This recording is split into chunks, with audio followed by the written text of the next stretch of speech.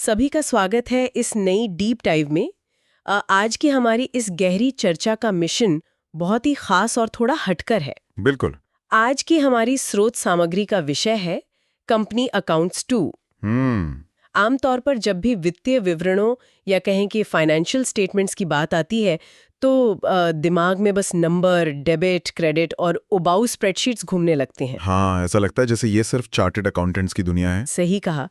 लेकिन आज की इस डीप डाइव का उद्देश्य ये समझना है कि कंपनियों के ये वित्तीय विवरण सिर्फ नीरस आंकड़े नहीं है।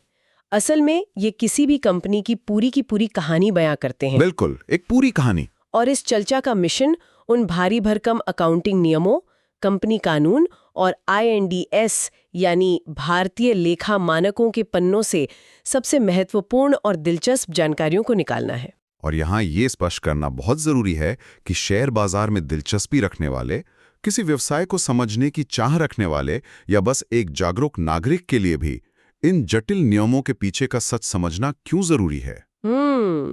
क्योंकि बिना एक सही वित्तीय और पारदर्शी वित्तीय विवरण के कोई भी कंपनी, चाहे वो कितनी भी बड़ी और मशहूर क्यों ना हो, केवल ताश के पत्तों का महल जैसी है। ये अकाउंटिंग नियम ही वो गोंद हैं जो उस महल को सच्चाई की जमीन पर टिकाए रखते हैं। मतलब अगर नींव में ही झोल है तो बाहर से दिखने वाली चमक का कोई फायदा नहीं। एकदम सही। नंबरों की हेराफेरी से बड़े बड़े साम्राज्य गिरते हुए देखे गए हैं। इसलिए ये जानना जरूरी है कि इन नंबरों को पेश करने के नियम आखिर क्या कहते हैं। ठीक है, तो आइए इसे थोड़ा खोलकर समझते हैं। हमारी स्रोत सामग्री से जो सबसे पहली बात उभर कर आती है वो है नियमों की किताब, और ये बात कि ये नियम आखिर लागू किस पर होते हैं। ये एक बहुत ही बुनियादी बिंदु है। स्रोत बहुत साफ शब्दों में बताता है कि अगर कोई अकेले मालिक वाला व्यवसाय है, जिसे सोल प्रोप्राइटरशिप कहते हैं, या कोई पार्टनरशिप फर्म है, तो उनके लिए फाइनल अकाउंट्स बनाना कानूनी रूप से अनिवार्य नहीं है। हाँ, वे तो बस अपनी सुविधा के लिए खाते बनाते हैं ताकि उन्हें पता रहे कि मुनाफा हो रहा है या घाटा। बिल्कुल, लेकिन जब बात एक लिमिटेड कंपनी की आती है तो कहानी पूरी तरह बदल जाती है। कंपनी कानून के तहत हर एक लिमिटेड कंपनी के लिए हर साल अपने फाइनल अकाउंट्स बनाना बिल्कुल अनिवार्य है। इसमें कोई बहाना नहीं चलेगा। और इसके पीछे एक बहुत ही ठोस कारण भी है। देखिए, एक अकेले मालिक के बिजनेस में उसका अपना पैसा लगा होता है। हाँ, जोखिम सिर्फ उसका है। सही कहा। लेकिन एक लिमिटेड कंपनी में जनता का पैसा, बैंकों का पैसा और बड़े निवेशकों का पैसा लगा होता है। जहां बाहरी लोगों का पैसा शामिल है, वहां जवाबदेही तय करना कानून का काम है। ये तो तर्कसंगत है। लेकिन यहाँ जो बात सबसे आकर्षक है वो ये है कि कानून के नजरिए से सभी कंपनियों के लिए एक ही नियम या एक ही प्रारूप लागू नहीं होता। मतलब सबको एक ही तराजू में नहीं तौला जाता। बिल्कुल नहीं। कानून ये तो कहता है कि वित्तीय विवरण ट्रू एंड फेयर व्यू यानी सही और उचित स्थिति दिखाने चाहिए, लेकिन कुछ खास तरह की कंपनियों को इन सामान्य प्रारूपों से स्पष्ट रूप से छूट दी गई है। जैसे कि बीमा कंपनियां, बैंकिंग कंपनियां और बिजली उत्पादन करने वाली कंपनियां। ये थोड़ा अजीब लगता है सुनने में। इतनी बड़ी कंपनियों को नियम से छूट क्यों मिलनी चाहिए? छूट इसलिए नहीं है कि उन्हें हिसाब नहीं देना है, बल्कि इसलिए है क्योंकि उनके काम करने का तरीका बिल्कुल अलग होता है। अच्छा। एक साधारण कपड़ा बनाने वाली कंपनी का हिसाब रखने का तरीका एक बैंक के हिसाब रखने के तरीके से मेल खा ही नहीं सकता। हाँ, बैंक के लिए तो पैसा ही कच्चा माल है। बिल्कुल, बैंक के लिए पैसा ही कच्चा माल है और पैसा ही तैयार माल। इसलिए इन खास कंपनियों के लिए उनके अपने अलग अधिनियमों के तहत अलग और विशिष्ट प्रारूप तय किए गए हैं। समझ गई। और इसी नियम के बीच एक बहुत ही शानदार जानकारी छिपी है जो छोटे स्तर पर बिजनेस शुरू करने वालों के लिए बहुत काम की है। आप उस कैश फ्लो वाली छूट की बात कर रही हैं ना? हाँ, स्रोत सामग्री बताती है कि 1% कंपनी यानी OPC, छोटी कंपनियों और डॉर्मेंट यानी निष्क्रिय कंपनियों को एक बहुत बड़ी छूट दी गई है। ये एक बहुत बड़ा राहत का कदम है। बिल्कुल। उनके वित्तीय विवरणों में कैश फ्लो स्टेटमेंट बनाने की कोई कानूनी बाध्यता नहीं है। ये सच में कागजी कार्रवाई के उस भारी बोझ से एक बड़ी आजादी है। देखिए, एक छोटा व्यापारी अपना बिजनेस चलाए या दिन भर कैश फ्लो स्टेटमेंट के झमेले में उलझा रहे, ये छूट व्यवसाय को आसान बनाने की दिशा में एक बड़ा कदम है। ये दिखाता है कि नियम बनाने वाले भी समझते हैं कि अनुपालन या कहें कंप्लायंस की लागत छोटी कंपनियों को मार सकती है। लेकिन हाँ, जिन बड़ी कंपनियों को ये छूट नहीं है, उन्हें बैलेंस शीट और प्रॉफिट एंड लॉस के साथ साथ कैश फ्लो स्टेटमेंट बनाना ही होता है। ताकि ये पता चल सके कि असल में नकद पैसा आ कहाँ से रहा है और जा कहाँ रहा है। बिल्कुल सही। अब देखिए, बैलेंस शीट देखकर ये तो समझ आ जाता है कि कंपनी के पास क्या है। तो चलिए अब बैलेंस शीट के उस रहस्य की तरफ बढ़ते हैं जो अक्सर लोगों को चकरा देता है। शेड्यूल 3 के प्रारूप की बात करते हैं। हाँ, कंपनी कानून के तहत जो बैलेंस शीट का शेड्यूल 3 प्रारूप है, उसमें सबसे बड़ी चुनौती ये होती है कि किसी संपत्ति या एसेट को करंट या नॉन करंट कैसे माना जाए। ये बहुत महत्वपूर्ण है। स्रोत के अनुसार इसका सीधा सा गणित ऑपरेटिंग साइकिल या संचालन चक्र पर निर्भर करता है। ये ऑपरेटिंग साइकिल वाली बात किसी भी बिजनेस की नब्ज पकड़ने जैसी है। सरल शब्दों में समझाता हूं, ऑपरेटिंग साइकिल उस समय की अवधि को कहते हैं जो किसी कंपनी को अपने व्यवसाय के लिए कच्चा माल खरीदने, उसे प्रोसेस करने और अंततः उसे बेचकर वापस नकद यानी कैश में बदलने के बीच लगता है। जैसे अगर कोई कंपनी कार बनाती है तो स्टील खरीदने से लेकर कार बनाकर बेचने और ग्राहक से पैसा बैंक में आने तक का पूरा सफर। एकदम सही। अब मान लीजिए एक ब्रेड बनाने वाली बेकरी है, उसका ऑपरेटिंग साइकिल कुछ दिनों का ही होगा। मैदा खरीदा, ब्रेड बनाई, बेची और पैसा आ गया। हाँ, लेकिन अगर कोई कंपनी हवाई जहाज बनाती है तो उसका ऑपरेटिंग साइकिल 3 या 4 साल का भी हो सकता है। काफी लंबा समय। और यही ऑपरेटिंग साइकिल तय करता है कि कोई असेट करंट है या नहीं। लेकिन इसमें एक पेच है। वो क्या होगा अगर किसी कंपनी का बिजनेस इतना जटिल है कि उसका सामान्य ऑपरेटिंग साइकिल स्पष्ट रूप से पहचाना ही ना जा सके? स्रोत सामग्री इस पर एक बहुत ही दिलचस्प डिफॉल्ट नियम बताती है। हाँ, वो 12 महीने वाला नियम। बिल्कुल। नियमों के अनुसार अगर ऑपरेटिंग साइकिल स्पष्ट नहीं है तो इसे बिना किसी बहस के 12 महीने मान लिया जाता है। ये लूपहोल्स को बंद करने का एक शानदार तरीका है ना? ताकि कोई कंपनी ये कहकर ना बच सके कि हमारा साइकिल तो बहुत लंबा है, इसलिए हमारी सभी छोटी अवधि की देनदारियों को भी लंबी अवधि का मान लिया जाए। सही कहा। ये नियम कंपनियों को अपनी सुविधानुसार एसेट्स और लायबिलिटीज की परिभाषा को मोड़ने से रोकता है। यहाँ बात सच में बहुत दिलचस्प हो जाती है। बैलेंस शीट के आंकड़ों को प्रस्तुत करने का भी अपना एक खास गणित है।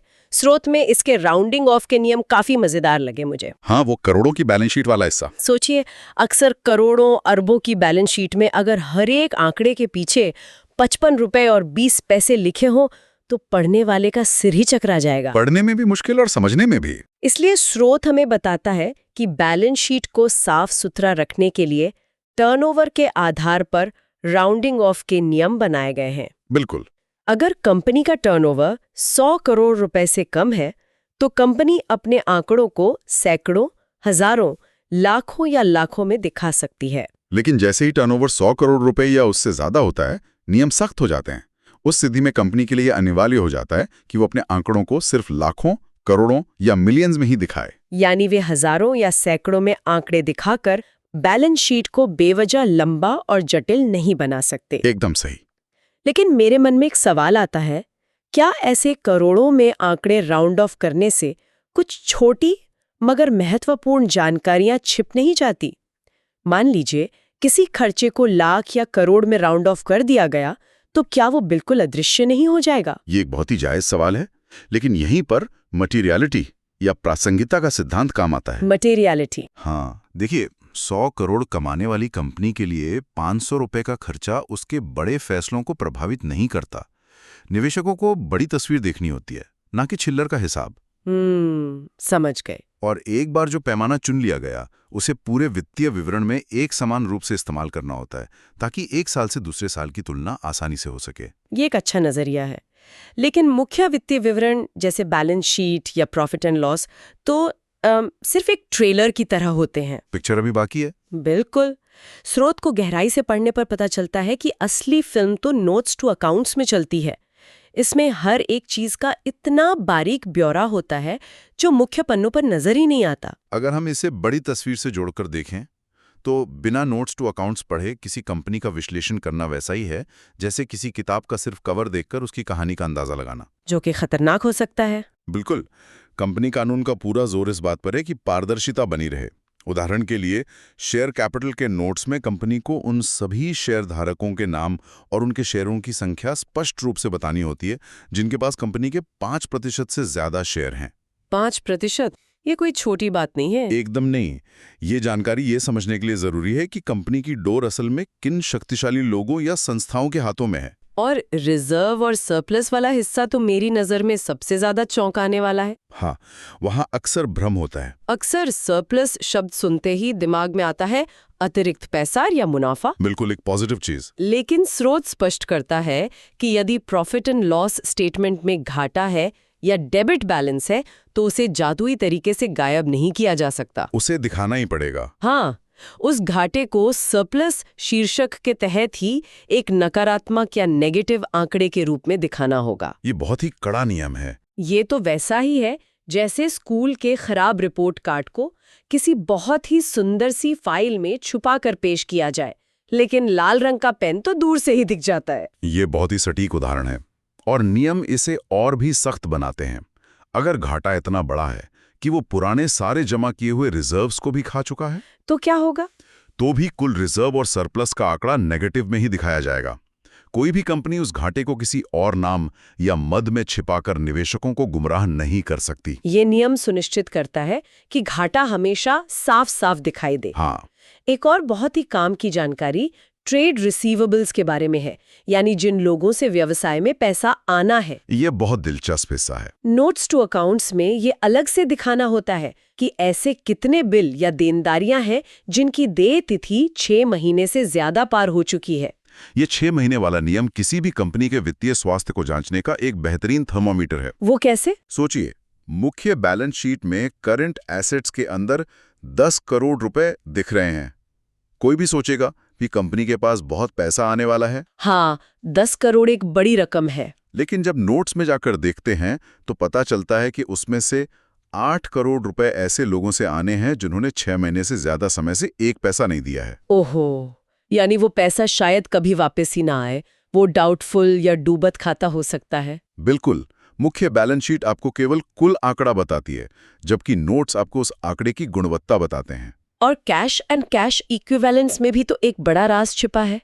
जो पैसा कंपनी के बैंक खाते में पड़ा है, क्या वो सब कंपनी का है? नहीं, हमेशा नहीं। स्रोत बताता है कि ईयर मार्क्ड बैलेंस को अलग से दिखाना अनिवार्य है। हाँ, ईयर मार्क बैलेंस यानी ऐसा पैसा जो किसी खास काम के लिए अलग रखा गया है। तो कंपनी ने शेयर धारकों को बांटने के लिए घोषित तो कर दिया था, लेकिन कुछ शेयर धारकों ने अभी तक लिया नहीं है, जिसे अनपेड डिविडेंड कहते हैं। सही रहा। इसे बैंक बैलेंस में बिल्कुल अलग से दर्शाना होता है। ये नियम इसलिए बनाया गया है ताकि कंपनी उस पैसे को अपनी रोजमर्रा की जरूरतों या किसी अन्य काम के लिए इस्तेमाल ना कर ले, क्योंकि वो पैसा उनका है ही नहीं। बिल्कुल, वो पैसा तकनीकी रूप से कंपनी का नहीं है, वो शेयर धारकों का है और कंपनी सिर्फ एक ट्रस्टी के रूप में उसे तब तक संभाल रही है जब तक वो सही मालिक तक न पहुंच जाए। बैलेंस शीट और उसके नोट्स की इस गहरी पड़ताल के बाद अब प्रॉफिट एंड लॉस स्टेटमेंट की तरफ मुड़ते हैं। पैसे का आना और जाना। आखिर व्यवसाय का मुख्य उद्देश्य तो पैसा कमाना ही है। इसमें सबसे ऊपर होता है रेवेन्यू फ्रॉम ऑपरेशंस, यानी बिजनेस के मुख्य काम से होने वाली कमाई। यहाँ स्रोत एक बहुत ही बुनियादी लेकिन अक्सर गलत समझे जाने वाले अंतर पर जोर देता है। हाँ, फाइनेंस कंपनी और मैन्युफैक्चरिंग कंपनी वाला अंतर। एकदम सही। एक फाइनेंस कंपनी और एक मैन्युफैक्चरिंग कंपनी के लिए रेवेन्यू का मतलब बिल्कुल अलग होता है। एक फाइनेंस कंपनी जैसे कि कोई बैंक या लोन देने वाली संस्था, उसका कच्चा माल ही पैसा है। वो पैसा लेती है और पैसा देती है, इसलिए लोन पर जो ब्याज या इंटरेस्ट मिलता है वही उसका मुख्य धंधा है और वही उसका रेवेन्यू फ्रॉम ऑपरेशंस कहलाएगा। लेकिन अगर कोई सॉफ्टवेयर कंपनी है या कोई जूते बनाने वाली कंपनी है और उसके बैंक खाते में पड़े सरप्लस पैसे पर उसे अच्छा खासा ब्याज मिल रहा है, तो क्या वो उसे अपना मुख्य रेवेन्यू कह सकती है? बिल्कुल नहीं। हाँ, उन कंपनियों के लिए ब्याज से होने वाली कमाई अदर इनकम यानी अन्य आय मानी जाएगी। इससे निवेशकों को ये समझने में आसानी होती है कि कंपनी अपने असली धंधे यानी सॉफ्टवेयर या जूते बेचने से कितना कमा रही है और साइड के निवेशों से कितना। अगर ये अंतर ना हो तो कोई भी खराब प्रदर्शन करने वाली कंपनी अपने बैंक के ब्याज को दिखाकर निवेशकों को ये भ्रम दे सकती है कि उनका मुख्य बिजनेस बहुत अच्छा चल रहा है। एकदम सही कहा आपने। खर्चे को लेकर भी प्रॉफिट एंड लॉस में एक बहुत ही गहन नियम है जिसे सोर्स में विस्तार से समझाया गया है। वो 1% वाला नियम। हाँ, अक्सर कंपनियां कई छोटे मोटे खर्चों को मिलाकर एक विविध खर्चे या मिसलेनियस एक्सपेंसेस का बॉक्स बना देती है, जो कि एक बहुत ही आसान तरीका है चीजों को समेटने का। लेकिन नियम कहता है कि अगर खर्चे का कोई भी आइटम कुल रेवेन्यू के 1% से ज्यादा है या 1 लाख रुपए से ऊपर है, इन दोनों में से जो भी आंकड़ा बड़ा हो, तो कंपनी को उस आइटम का अलग से खुलासा करना ही होगा। उसे किसी और खर्चे के साथ मिलाकर छुपाया नहीं जा सकता। ये फिर से उसी मटीरियलिटी की बात है। बिल्कुल। विविध खर्चे का बॉक्स एक तरह का ब्लैक होल बन सकता है, जहां कंपनियां ऐसे खर्चे डाल सकती हैं जिन पर वे सवाल नहीं चाहती। तो ये 1% या 1,00,000 रुपए की सीमा ये सुनिश्चित करती है कि कोई भी महत्वपूर्ण रकम उस ब्लैक होल में ना खो जाए। एकदम सही पकड़ा। स्रोत में विदेशी मुद्रा यानी फॉरेन एक्सचेंज को लेकर भी एक बहुत ही शानदार नियम बताया गया है। वैश्विक व्यापार को समझने के लिए ये सचमुच एक मास्टर क्लास है। हाँ, ये CIF और FOB वाला हिस्सा। जब कोई कंपनी विदेशों से कुछ आयात यानी इंपोर्ट्स करती है तो उसकी गणना CIF के आधार पर होती है, यानी कॉस्ट इंश्योरेंस एंड फ्रेट। मतलब माल की कीमत के साथ साथ रास्ते का बीमा और भाड़ा भी उसमें जुड़ा जाएगा। और इसके ठीक विपरीत, जब कंपनी अपना माल विदेशों में निर्यात यानी एक्सपोर्ट करती है तो उस कमाई की गणना FOB यानी फ्री ऑन बोर्ड के आधार पर की जाती है। हाँ, इसमें कंपनी की जिम्मेदारी माल को जहाज पर लादने तक की होती है, उसके बाद का सारा खर्च खरीदार का होता है। तो आयात के लिए CIF और निर्यात के लिए FOB, इन दो अलग अलग पैमानों का उपयोग क्यों किया जाता है? ये मैक्रो इकोनॉमिक्स यानी व्यापक अर्थशास्त्र का एक बहुत ही सुंदर हिस्सा है। देखिए, जब हम आयात करते हैं तो हमारे देश से विदेशी मुद्रा बाहर जाती है। माल की कीमत के साथ साथ जो बीमा और भाड़ा विदेशी कंपनियों को दिया जा रहा है वो भी देश से बाहर जाने वाला पैसा है। इसलिए CIF हमें देश से बाहर जाने वाली कुल विदेशी मुद्रा की सही तस्वीर देता है। और निर्यात के मामले में वहीं दूसरी तरफ जब हम निर्यात करते हैं तो FOB हमें ये बताता है कि हमारे देश के अंदर माल बेचने से विशुद्ध रूप से कितनी विदेशी मुद्रा आ रही है। ये तो देश के बैलेंस ऑफ पेमेंट्स को ट्रैक करने का एक बहुत ही सटीक तरीका है। बिल्कुल। तो इस सब का असल मतलब क्या है? जब हम इन सभी नियमों, खुलासों और इतनी छोटी छोटी बारीकियों को देखते हैं तो हमारी स्रोत सामग्री हमें अकाउंटिंग की दुनिया के एक बहुत बड़े बदलाव की तरफ ले जाती है। आप IND AS की बात कर रही हैं। जी हाँ, IND AS यानी इंडियन अकाउंटिंग स्टैंडर्ड्स का प्रभाव। IND AS ने भारतीय कंपनियों को वैश्विक मानकों के बिल्कुल बराबर लाकर खड़ा कर दिया है। मेरा मानना है कि IND AS के लागू करना वित्तीय रिपोर्टिंग की दुनिया में एक क्रांति से कम नहीं है। अब केवल एक साधारण बैलेंस शीट और P&L से काम नहीं चलता। तो अब क्या करना होता है? IND AS के तहत वित्तीय विवरणों का एक पूरा सेट तैयार करना होता है, जिसमें कैश फ्लो, इक्विटी में बदलाव का स्टेटमेंट और बहुत ही विस्तृत नोट्स शामिल होते हैं। और इसी IND AS 1 में एक ऐसा नियम है जिसे पढ़कर लगता है कि ये सच में एक टाइम मशीन की तरह काम करता है। Retrospective effect. बिल्कुल, पूर्वव्यापी प्रभाव यानी रेट्रोस्पेक्टिव इफेक्ट।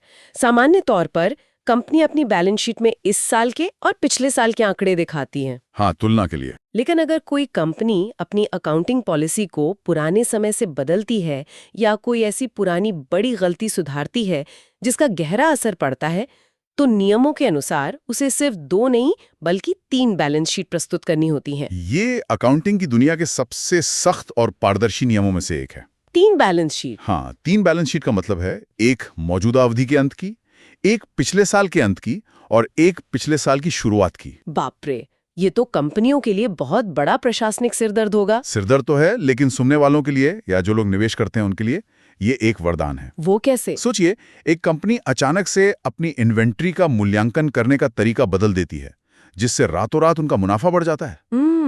जो कि अक्सर होता है। हाँ, अगर वो सिर्फ आज के आंकड़े दिखाएंगे तो किसी को भी लगेगा कि कंपनी ने कमाल कर दिया, लेकिन ये 3 बैलेंस शीट का नियम उन्हें मजबूर करता है कि वो ये दिखाएं कि अगर ये नया तरीका पिछले सालों में भी लागू होता तो तस्वीर कैसी दिखती। इससे तुलना करना एकदम पारदर्शी हो जाता है। बिल्कुल, और कोई भी कंपनी अकाउंटिंग पॉलिसी के बदलाव के पीछे अपनी कमियों को छिपा नहीं सकती।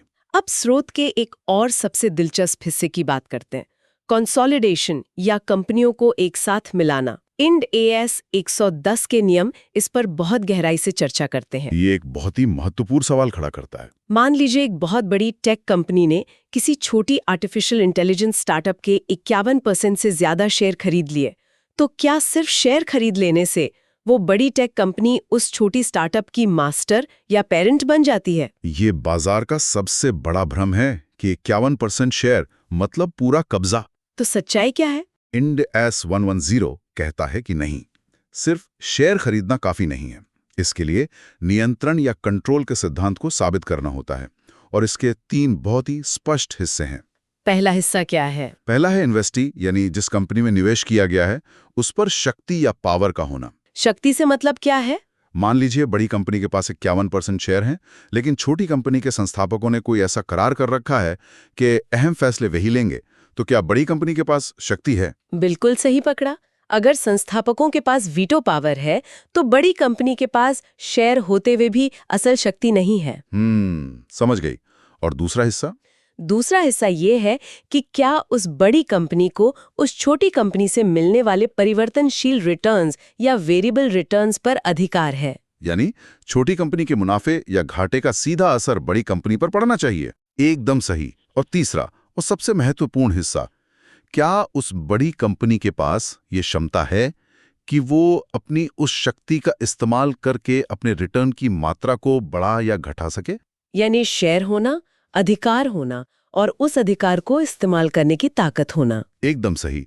जब ये तीनों शर्तें एक साथ पूरी होती हैं, सिर्फ और सिर्फ तभी ये माना जाता है कि बड़ी कंपनी का छोटी कंपनी पर असल नियंत्रण है। और तभी उनकी बैलेंस शीट कंसोलिडेट होगी। हाँ, तभी नियमों के तहत उन दोनों कंपनियों के वित्तीय विवरणों को मिलाकर एक कंसोलिडेटेड या संयुक्त बैलेंस शीट तैयार की जाती है।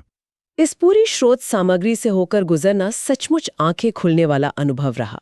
इस भारी भरकम जानकारी को, जिसमें कानूनी धाराएं, शेड्यूल 3 के प्रारूप और इंड एएस के नियम शामिल है, एक स्पष्ट ढांचे में समेटना बहुत जरूरी था। बिल्कुल। सुनने वालों के लिए यह स्पष्ट हो गया होगा कि जब वे अगली बार किसी कंपनी की वार्षिक रिपोर्ट देखेंगे तो वो सिर्फ मुनाफे का बड़ा आंकड़ा नहीं देखेंगे, वे गहराई में जाएंगे। हाँ, वे नोट्स में छुपे उन 6 महीने पुराने अनपेड बिलों को देखेंगे, वो ऑपरेटिंग साइकिल की सच्चाई को समझेंगे और ये देखेंगे कि क्या कंपनी के सरप्लस की चमकीली फाइल में कोई लाल स्याही वाला घाटा तो नहीं छुपाए।